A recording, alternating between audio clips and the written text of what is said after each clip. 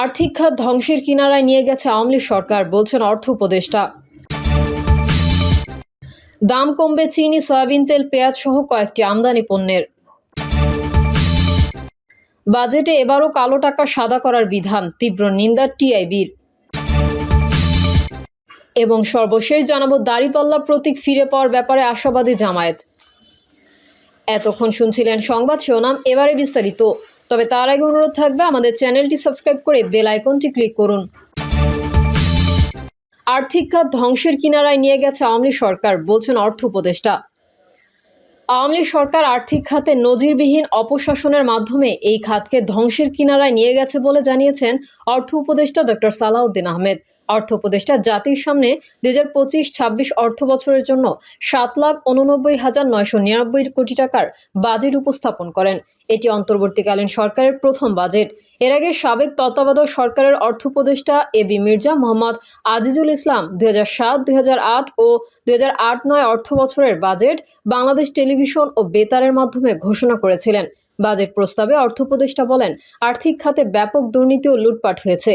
অনেক ঋণ খেলাপি হয়ে গেলেও সেগুলো বারবার পুনঃতফসিলীকরণের মাধ্যমে আসল অবস্থা গোপন রাখা হয়েছে। তবে বর্তমান বাংলাদেশ ব্যাংক আন্তর্জাতিক মানদণ্ড অনুযায়ী ঋণ শ্রেণীকরণ ও প্রভিশনিং পদ্ধতি চালু করেছে। এর ফলে ব্যাংক খাতে খেলাপি ঋণের প্রকৃত চিত্র সামনে আসতে শুরু করেছে। 2023 সালের জুন মাসে খেলাপি ঋণের হার ছিল 10.11%। 2024 সালের ডিসেম্বরের শেষে দাঁড়িয়ে 20.20%, অর্থাৎ খেলাপি ঋণ প্রায় দ্বিগুণ হয়েছে।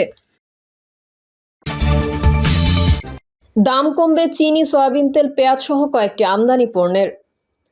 প্রস্তাবিত 2025-26 অর্থ বছরের বাজেটে চিনি, সয়াবিন তেল, ধান, গম, আলু, পেঁয়াজ সহ নিত্যপণ্যের দাম কমানোর প্রস্তাব করা হয়েছে।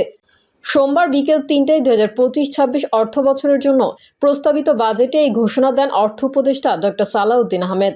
সংসদ না থাকায় এবারের 2025-26 অর্থ বছরের বাজেট রাষ্ট্রীয় সম্প্রচার মাধ্যম বিটিভি সহ অন্যান্য বেসরকারি গণমাধ্যমে একযোগে প্রচার করা হয়েছে।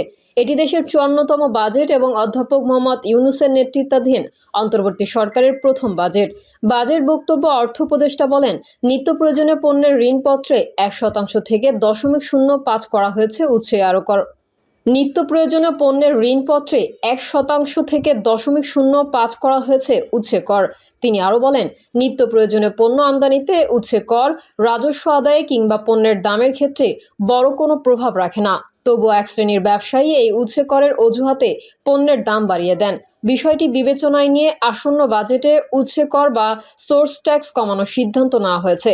বাজেটে নিত্য প্রয়োজনীয় পণ্যের মূল্য সহনীয় রাখতে স্থানীয় ঋণপত্রের কমিশনের উৎসে কর কমিয়ে অর্ধেক করা হচ্ছে। বর্তমানে 1% উৎসে কর রয়েছে, যা করা হয়েছে 0.05। এতে করে দাম কমে যাবে ধান, গম, আলু, পেঁয়াজ, রসুন, মটরশুঁটি, ছোলা, মসুর ডাল, আদা, হলুদ, শুকনো মরিচ, ডাল, ভুট্টা, মোটা আটা, লবণ, চিনি, ভোজ্য তেল, কালো গোলমরিচ, দারুচিনি, বাদাম, লবঙ্গ, খেজুর, কাশিয়া পাতা, কম্পিউটার ও কম্পিউটারের যন্ত্রাংশ এবং সব ধরনের ফলের। সেক্ষেত্রে এসব পণ্যের দাম কমতে পারে, যা সাধারণ মানুষের জন্য স্বস্তির হবে। প্রতি বছর জাতীয় সংসদে বাজেট পেশ করা হলেও এবার সংসদ না থাকায় তা ঘোষণা করা হয়েছে বেতার টেলিভিশনের মাধ্যমে। এবারের বাজেটের সম্ভাব্য আকার 7,90,000 কোটি টাকা, যা গত অর্থ বছরের তুলনায় 7,000 কোটি টাকা কম।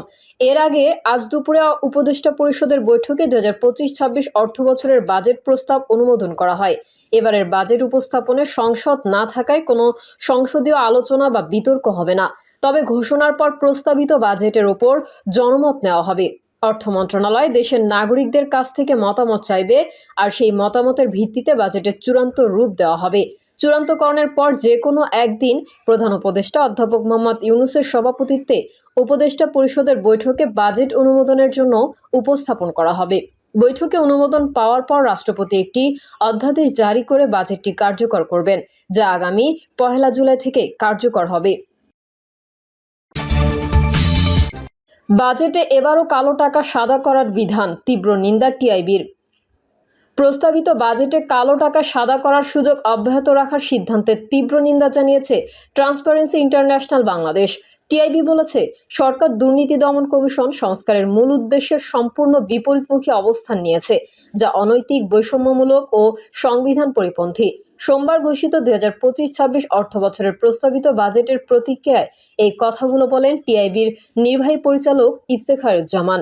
এক সংবাদ বিজ্ঞপ্তিতে টিআইবির নির্বাহী পরিচালক বলেন, সরকারের এমন সিদ্ধান্ত স্পষ্টভাবে প্রমাণ করে রাষ্ট্র সংস্কার, বিশেষ করে দুর্নীতি বিরোধী সংস্কারের মূল উদ্দেশ্যকে রীতিমতো উপেক্ষা করেছে তারা। তিনি মনে করেন, সরকার দুর্নীতিকে উৎসাহ দিয়ে রিয়েল এস্টেট লবির ক্ষমতার কাছে আত্মসমর্পণ করেছে। ইফতেখারুজ্জামান বলেন, কর হার যাই হোক না কেন, এটি সংবিধানের 20 অনুচ্ছেদে সুস্পষ্ট লঙ্ঘন, যেখানে বলা হয়েছে রাষ্ট্র এমন ব্যবস্থা নিশ্চিত করবে যে অনুপার্জিত আয় অবৈধ হবে। তিনি বলেন, কালো টাকা সাদা করার সুযোগ একই সঙ্গে বৈষম্যমূলক, কারণ এই সিদ্ধান্তের ফলে আবাসন খাতে অবৈধ অর্থের মালিকদের অধিকতর একচেটিয়া নিয়ন্ত্রণ প্রতিষ্ঠিত হবে এবং সৎ উপার্জনকারীদের ফ্ল্যাট বা ভবনের অংশীদার হওয়ার সুযোগ থেকে বঞ্চিত করবে। সরকারের এমন সিদ্ধান্ত দুর্নীতিকে উৎসাহ দেবে এমন আশঙ্কার কথা জানান টিআইবির নির্বাহী পরিচালক। তিনি বলেন, এর মাধ্যমে সরকারের বছর জুড়ে অবৈধ ও অপ্রদর্শিত অর্থ সম্পদ অর্জনের জন্য নাগরিকদের উৎসাহিত করছে এবং বছর শেষে কালো টাকাকে বৈধতা দেওয়ার অঙ্গীকার করছে। আবাসন খাতকে দেশের সবচেয়ে দুর্নীতিগ্রস্ত খাত হিসেবে চিহ্নিত করেন তিনি। বিজ্ঞপ্তিতে অবিলম্বে কালো টাকা সাদা করার, দুর্নীতিবান্ধব সুযোগ বাতিল করার জোর দাবি জানিয়েছে টিআইবি। পাশাপাশি কালো টাকার উৎস অনুসন্ধান করে সংশ্লিষ্টদের জবাবদিহির আওতায় আনা, কর ব্যবস্থায় সমতা ও ন্যায় নিশ্চিতের দাবিও জানানো হয়েছে। টিআইবির নির্বাহী পরিচালক জানান, অন্তর্বর্তী সরকারের কাছে বাজেটে তাদের প্রত্যাশা ছিল দেশ থেকে পাচার হওয়া অর্থ উদ্ধারের অগ্রগতির বিষয়ে ধারণা দেওয়া হবে। অর্থ উপদেষ্টা এই ব্যাপারে একটিমাত্র বাক্য ব্যবহার করেই দায় সেরেছেন। একই সঙ্গে দেশ থেকে অর্থ সম্পদ পাচার করেছেন এবং পরে বাংলাদেশের নাগরিকত্ব পরিত্যাগ করেছেন এমন ব্যক্তিদের অর্থ সম্পদের ওপর কর ও জরিমানা আরোপের বিধান করা হলেও কী প্রক্রিয়ায় তা বাস্তবায়ন করা হবে তা পরিষ্কার করা হয়নি। রাজস্ব আদায় বাড়াতে এর ব্যবস্থাপনা থেকে নীতিকে আলাদা করার সঙ্গে এই খাতে স্বচ্ছতা ও জবাবদিহি নিশ্চিতের কৌশলগুলো বাজেট বক্তৃতায় উঠে না আসা হতাশার বলেও বিজ্ঞপ্তিতে উল্লেখ করেছেন ইফতেখারুজ্জামান।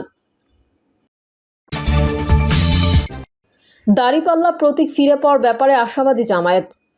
সুপ্রিম কোর্টের আপিল বিভাগের রায়ের পর নিবন্ধন ও প্রতীক ফিরে পেতে প্রধান নির্বাচন কমিশনার এএমএম নাসির উদ্দিনের সঙ্গে নির্বাচন কমিশনে বৈঠক করেছে জামায়াতে ইসলামী। বৈঠকের পর দাঁড়িপাল্লা প্রতীক ফিরে পাওয়ার ব্যাপারে আশাবাদ করেছেন জামায়াতে ইসলামীর সহকারী secretary general doctor Hamidur Rahman Azad. তিনি বলেন, আজকের বৈঠকে সিইসি আমাদের পজিটিভ রেসপন্স জানিয়েছে। বিলম্ব না করে দ্রুততম সময়ে যাতে নিবন্ধন দেওয়া হয় আমরা তা বলেছি। তিনি আরও বলেন, সুপ্রিম কোর্টে বাংলাদেশ জামায়াতে ইসলামীর নিবন্ধন বিষয়ক যে আপিল ছিল সেই আপিলের শুনানি হয়েছে এবং কোর্ট রায় দিয়েছে। সেই রায়ে নির্বাচন কমিশনকে বাংলাদেশ জামায়াতে ইসলামীর নিবন্ধন পূর্বের অবস্থায় ফিরিয়ে দেওয়ার আদেশ দেওয়া হয়েছে। এই আদেশের মধ্যে দিয়ে ফ্যাসিস্ট সরকার কর্তৃক আমাদের নিবন্ধনের যে অধিকার কেড়ে নিয়েছিল তা ফিরে পেয়েছি। ডক্টর হামিদুর রহমান আজাদ বলেন, আজকের বৈঠকে আদালতের রায় এক্সিকিউশন করার বিষয়ে নির্বাচন কমিশনে যে আবেদনটা করা হয়েছিল তা নিয়ে আলোচনা হয়েছে। তারা আমাদের এই বিষয়ে পজিটিভ রেসপন্স করেছেন এবং দ্রুত এই বিষয়টি কার্যকর করা হবে জানানো হয়েছে। আদালত যে আমাদের অধিকার ফিরিয়ে দিয়েছে আমরা তা ফিরে পেতে চাই। প্রতীকের বিষয়ে তিনি বলেন, আদালতের আদেশে বলা হয়েছে যে সব পূর্বের অবস্থায় ফিরিয়ে নিতে হবে। আমরা দাঁড়িপাল্লা প্রতীকেই তো কাজ করেছি। কমিশন তো আদালতের আদেশ অমান্য করতে পারবে না। আমরা আশাবাদী যে দাঁড়িপাল্লা প্রতীকই আমরা ফিরে পাব। প্রিয় দর্শক, এই ছিল এখনকার সর্বশেষ সংবাদ। আপডেট সহ সংবাদ পেতে চ্যানেলটি সাবস্ক্রাইব করে বেল আইকনটি ক্লিক করুন। কমেন্টে আপনার মতামত জানিয়ে আমাদের সাথেই থাকুন। ধন্যবাদ সবাইকে। আল্লাহ হাফেজ।